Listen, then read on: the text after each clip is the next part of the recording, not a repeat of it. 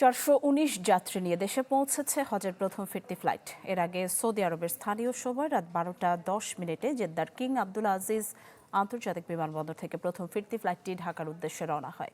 প্রথম দিনে মোট 13টি ফ্লাইটে 5,434 হাজি দেশে ফিরবেন। 1 জুলাই শেষ হবে হজের ফিরতি ফ্লাইট।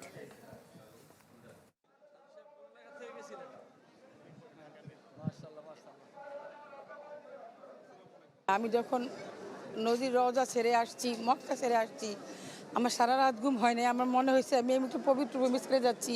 এই জীবনে ফিরে আসবো কি আসবো না আমি জানি না। মনে হচ্ছে যে সন্তান হারানোর চেয়ে বেশি কষ্ট। বাংলাদেশ থেকে যদি ইয়াং জেনারেশন আগায় আসে তাহলে হজটা অন্তত আগে শেষ করতে পারে এবং পায়ে জোর থাকতে থাকতে হজ করা উচিত। সৌদি আরব বলেন মানে ওখানে আমাদের অন্যরকম ট্রিট করে তারা, বেশ আমরা সম্মানিত হয়েছি। Furniture just smarter. JMG Furniture.